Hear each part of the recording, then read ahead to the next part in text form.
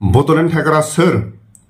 बर'नि दैदेनगिरिफोरखौ सेक्सनि खोथा बुंनो हानाय, आबसुआ जुदि बेखौ दमन खालायनो हायाबा, साहित्य सभाया जुदि दमन खालायनो हायाबा, प्रमद बर'आ जुदि दमन खालायनो हायाबा, इउपिपिएलआ जुदि दमन खालायनो हायाबा, एक्स एनडिपिफोरनो हगारना हो। बिथांखौ आसामनि आयेन लानानै, इन्डियानि आयेन लानानै आर्मि सासन, बिथांखौ आर्मि सासन होनाय जागोन, एक्स एनडिपिनि सासन होनाय जागोन। सेक्सि नुथारदो दे नोंखो हिनजाव सासे लाबोनो हानाय जानानै दोङो दे नोङो। हिनजाव सासे लाबोआ दे, जेलनिफ्राय गबायना दा मा खालामनानै थानो। जोंनि बर' माहारिनि गेजेराव बे दानथारुनि मुङा सोर? बे बिथाङानो जाहैबाय बड'लेण्ड टाइगार। बिथाङा सोर बिथाङा बेखौ खाथियाव लाफायो? सोर बिथाङा बेखौ इसिबां पावार होनानै दोनदों? बर' दैदेनगिरिफोरखौ जोंनि बर' हारिनि बा बर' समाजनि गेजेराव बेबायदि खोथा बुंनो हानाय, जोंनि बर' हारिनि जि गावनि गेदेरमा, गावनि बिमा बिफा, गावनि बिदा फंबाय, हारिनि देरसिन मानसिखौ माबायदि खोथा बुंनांगौ बेनि लागाम गैयै मानसिखौ सोर दबथायनो हागोन? थांगासिनो। दावराव देख्राया हितेश आरो बिक्रमाजित पुलिसजों हमजाबाय रायजोफोर। साथाम मानसिया गोदान उग्रपन्थी आफाद दानो नागिरदोंमोन। बिनिखायसो एसेबां दुखुनांथाव सासे गेदेरमा दैदेनगिरिखौ उपेन ब्रह्मजों एखे लोगो आगान सुरनानै सोमावसारबोनाय मानसिखौनो जुदि बेबायदि जोंनि बर' समाजनि गेजेराव बाथ्रा बुंग्रा थायोब्ला, बड'लेण्ड टाइगारनि बिमा बिफाया बर'नि थै गैया जानो हागौ। लामा ससेयाव बिथांमोना बर'नि माखासे कालसारखौ मोजां मोननानै, बर' गामिखौ मोजां मोननानै, बर'नि खौसेथिखौ नुनानै बर' होननानै लानाय मानसि खोमा जानो हागौ। बेसेबां दुखुनांथाव सासे गेदेरमा दैदेनगिरिखौ उपेन ब्रह्मजों एखे लोगो आगान सुरनानै सोमावसारनाय दैदेनगिरिखौनो बेबायदि बुंनो हानाय जोंनि बर' हारिनि बा बर' समाजनि गेजेराव ओरैबायदि मुगैथाव राव।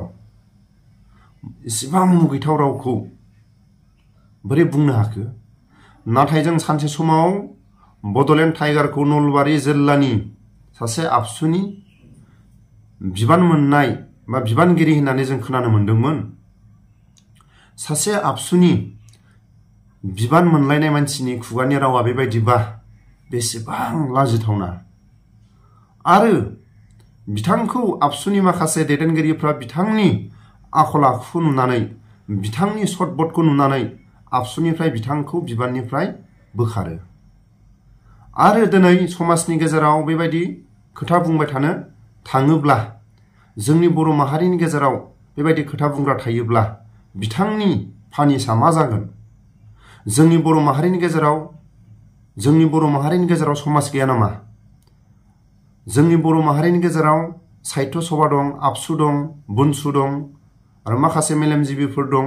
बिथांनि माखासे राव बुंनायखौ गनायथावै बेबायदि रावखौ सोर दमन खालामनो हागोन? जोंनो हगारना हो। सोरबाफोर जुदि बिथांनि बर' समाजाव गनायजायै रावखौ जुदि जों दबथायनांगौब्ला हयथ' आबसुआबो दुखु दामोन, बा साहित्य सभायाबो दुखु दामोन, प्रमद बर'आबो दुखु दामोन। जोंनि बर' माहारिनि गेजेराव बेबायदि खोथा बुंग्रा मानसिखौ जुदि जोङो आयेनखौ जों आखायाव लानांगौबा, बिथांनि सायाव जों आयेनखौ जों लानांगौबा, हयथ' जोंखौ बर' समाजनि गेजेराव रावबो जोंखौ हेंथा दाहो। बिथांनि राव बुंनायाव बुं, जा बादा गैया। खोनासंथावै, जोंनि बर' माहारिनि गेजेराव खोनासंथावै रावखौ दिनै सोरबा दैदेनगिरिखौ बुंदों, गाबोन समफोर सोरखौबा बुंगोन। बे बैसोआव हिनजाव लानो थिनबावनाय, आरो बे बैसोआव बिथांमोना हाथियार हमग्रा आफाद मालाबाबो दानो थाङाखैमोन। बेबायदि जुदि बिथांमोना बै समाव हाथियार हमग्रा मानसिमोनब्ला बेसेबांबा सम आबसुनि बिबानाव थाबोनानै सोमावसारबोदों। बिथांमोननि माखासे नाजानायखौ लानानै, बिथांमोननि माखासे समाजनि गेजेराव सोमावसारनायखौ नुनानै जोंनि माखासे माहारिनि गेजेराव बिथांमोननि रोंगौथिखौ लानानै, बिथांमोननि माखासे नाजानायखौ नुनानै दिनैसिम बर' फरायसा आफादा दिनै थांनानै दं। मालानि समाव बड'लेण्ड टाइगारा आबसुनि बिबान लानाय समाव पुलिसजों होसोजानाय, मालानि समाव लकआव 1 घन्टा जिरायनानै थानाय, मालानि समाव गुबुन हारिफोरजों लामा ससेयाव होख्रांजानाय रेकर्ड दं नामा? दावराव देख्रेब सारमोननि सोमावसारनायाव पुलिसजोंबो मालाबा गावफुंनानै होसोजानाय, पुलिसजोंबो मालाबा लावथि लानानै होसोजानाय, मालाबा ओंखाम जाहाङावनो मालाबा गारनानै खारनो गोनां जानाय, मालाबा अबेबा औवाबारियाव उन्दुनो गोनां जानाय, दुब्लिबारियाव उन्दुनो गोनां जानाय, बेबायदिखौ मोनबोदों नामा? नाथाय जानो हागौ प्रमद बर'नि 11 बोसोर सोमावसारनायाव बड'लेण्ड टाइगाराबो बिबानखौ लानानै सासे आबसुनि माखासे खामानिखौ मावदों जानो हागौ। बिथांनि सतबोध, बिथांनि माखासे आखल आखु नुनानै बिथांखौ नलबारि जिल्लानिफ्राय बिथांनि बिबानखौ आबसुआ बोख्लायो। आरो दिनै जोंनि उन्दै उन्दै गथ'फोरखौ मा फोरोंगासिनो दं? जोंनि माखासे जायफोर दानि फरायसाफोरखौ मा फोरोंदों बियो? गावनि बिफानि बैसोनि मानसिखौ आरो हिन्जाव लानो थोननाय, आरो माखासे बै समनिफ्रायनो हाथियारखौ मोजां मोनै खलमनि दावहा नांग्रा मानसिखौ मा बुंखो? बेबायदि बैसोआव बिथांमोनालायनो गोदान आफाद हाथियारनि दानो ओंखारदों। नोङो आबसुनि बिबानखौ सोरनि थाखाय मोनखो? बै समाव जुदि दावराव देख्रेब सारमोनहा, सानसुमा खुंगुरमोनहा जुदि आबसुनि गोख्रों सोमावसारनाय गैयामोनब्ला दिनै आबसु होननाय सोदोबानो थानाय नङामोन। आबसु बर' फरायसा आफादा दिनैसिम बुहुमनि गुबुन गुबुन हारिजों सिनायजानाय नङामोन। जोंनि हारिखौ गुबुन हारिया बिथांमोनजों गुबुन ड्रेस गानहोनानै गुबुन रावजों जों दिनै थांनानै थानो गोनां जागौमोन। बिनि थाखायनो आं खावलायो बड'लेण्ड टाइगारखौ बेबायदि बाथ्रा बुंनायनिफ्राय जानगाराव था। माखासे खोथाखौ नोंहा बुंनांगौ अधिकार थानो हागौ, नाथाय माखासे बर' समाजाव खोनासंथावै माखासे लेथ्रा रावखौ बेबायदि बुंनायनिफ्राय जानगाराव था। जों दिनै प्रमद बर'खौ जों दिनै आसि थुयै थुयै जों दिनै गाज्रि सोदोब बुंनो हायो, मानो बुङा? सोरबा गबिन्दखौ जों दिनै आसि थुनानै जों गाज्रि गाज्रि खोथा बुंनो हायो, मानि थाखाय जों बुङा? फेरेंगाखौ जों मानो बुङा? नाथाय मोजांनि बाथ्रा, मोजांनि खौरां, बे आंनि माखासे भिडिअनि गेजेरावनो आं फोरमायो। मोनब्रैसो चेनेला XNDB-नि जानानै जोबथेसालियाव थाग्राफोरनि थाखाय गोदान बोसोरनि थाखाय खुथाब खुथाब बुंनायनि सायाव जों मोनसे रायजो राजाफोरनिफ्राय जों खबर मोनदों। जोबथेसालियाव थानाय बिथांमोननि थाखाय फेरेंगाया जानाय लोंनाय गाननाय जोमनाय हरगोन होनना जों खोनानो मोनदों। नाथाय बे बाथ्राया जुदि नंगौब्ला राजनितिकआ राजनितिकआव थां, नाथाय गावनि लोगोखौ गावनि हारिनि थाखाय जाय जोहोलावफोरखौ बयबो सोरबा BPF-आनो जा सोरबा UPPL-आनो जा बिथांमोनखौ हेफाजाब हरनायाव राजनितिकआ जेबो बेहाय हेदेक जाया।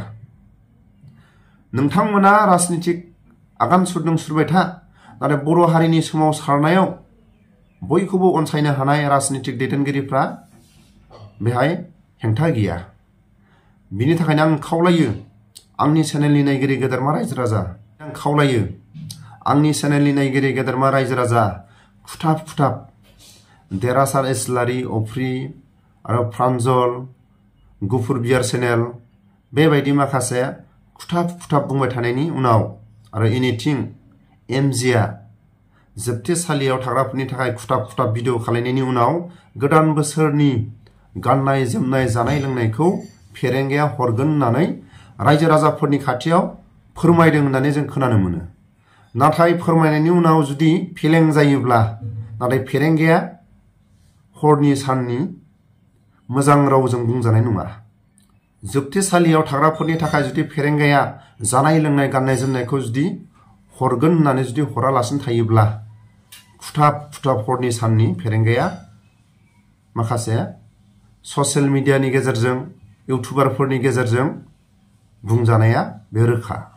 4 years बिथाङा जोमबाय, गस्लाया जियो आरो बेखौनो सुथाबफिनो जियो आरो सुथेफिनो आरो नाय सुथेनायखौ नुदोंना खोनाबाय बड'लेण्ड टाइगार जोबथे सारियाव थाग्राफ्रा गस्ला गांसेखौ बोसोरब्रै सुथाब गाननाय बेखौ नों बुंनो हागोन ना नोंनि चेनेलाव नों बुंनो हागोन ना बड'लेण्ड टाइगार एक्स एनडिएफबि नि मानसिफ्रा गस्ला गांसेखौ बोसोरब्रै गाहाम गाननाय सुथाब खुन्दुंनि बिजिजों आखाइजों सुनानै गाननो गोनां जादों नों बेखौ बुंनो हागोन ना नाथाय एक्स एनडिएफबि नि माखासे जोबथे सालाव थानाय एक्स एनडिएफबि फोरनि माखासे दुखु दाहाखौ नों बुंनाङा हायोब्ला बैसागुनि मुङाव प्रमद बर'नि हिन्जावा सारि गांनैसो बायखो प्रमद बर'आ खै कौटिनि ड्रेस बायखो बैसागुनि थाखाय बेखौ नों भिडिअ खालायनानै दिन्थि बर' माहारिनि सोमावसारनायाव जोबथे सालियाव दुखु दाहा मेगनाव मोदै लानानै हांमा सुरै गावनि न'खरनि गावनि आंगो लोगोफोरनि जोंनि बर' माहारिनि बोसोरफ्रामबो रंजा बाजाखौ बिथांमोना जोबथे सालियाव थानानै गोरबो बिखायाव मोदै रथ' बजबनानै थानो गोनां जादों बेबायदिखौ नोङो नोंनि चेनेलाव बुंनो हागोन ना हाया बेबायदि बुंनायनिफ्राय नोङो हायोब्ला सोरबा दैदेनगिरिखौ गाज्रि बुंनायनिफ्राय सोरबा दैदेनगिरिफोरखौ गाज्रि सोदोब बुंनायनिफ्राय नोङो हायोब्ला नोंनि चेनेला प्रमद बर'नि हिन्जावा खैथायाव सारि गानो मोनबैसे गद्रेजआव सारि दं मोनबैसे गद्रेजआव दख'ना गांबैसे दं बेखौ नों भिडिअ बानाय प्रमद बर'आ गोदान बोसोरनि बैसागुनि मुङाव खै कौटिनि ड्रेस बायखो बेखौ नों भिडिअ बानाय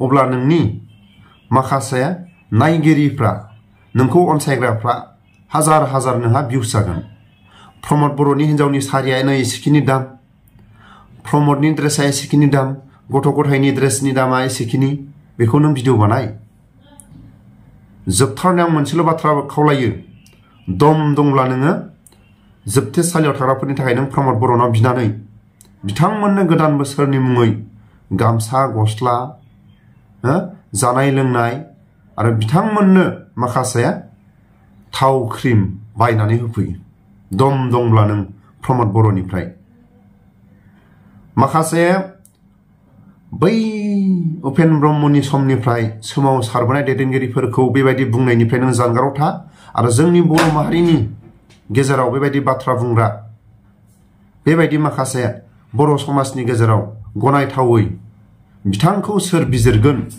जोंनि बर' माहारिनि गेजेराव बेबायदि खोनासंथावै गनायथावै रावखौ सोरबा आबसुआ बिजिरनो हागोन ना सोरबा साहित्य सभाया बिजिरनो हागोन ना आरो बड'लेण्ड टाइगारनि गामियाव रायजो राजा दंना गैया आरो बे बिथाङा बड'लेण्ड टाइगारा प्रमद बर'नि न'आव थायो होननाय जों खोनायो बेबायदि जुदि प्रमद बर'नि न'आव थानाय सासे 11 बोसोर आबसुनि दैदेनगिरिनि न'आव थाग्रा मानसिनि रावा बेबायदि जायो नामा बेबायदि जायो नामा प्रमद बर' नोङो दबथायनो हायाब्ला जोंनो हगारना हो आर्मि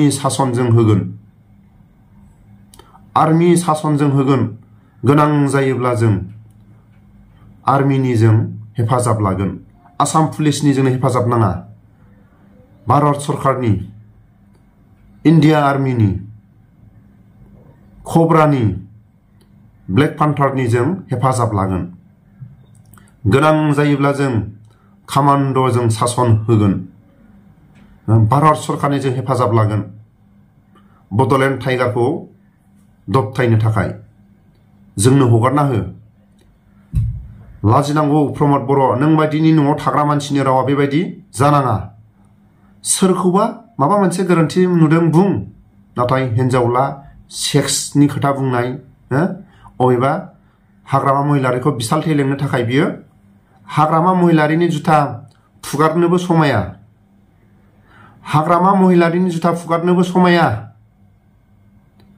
बै समनि उपेन ब्रह्मजों सोमावसारनाय दैदेनगिरिफोरनि खाथियाव उपेन ब्रह्मनि माखासे जायफोर सोमावसारनायाव बिजाब लिरनानै गालांनाय समाजनि गेजेराव मोजां मोजां गियान बिजाब दं बे गियान बिजाबखौ फराय आरो नों बर'नि फरायनो रोङाब्ला प्रमद बर'नि हिनजावजों नों हारसानि फोरोंजा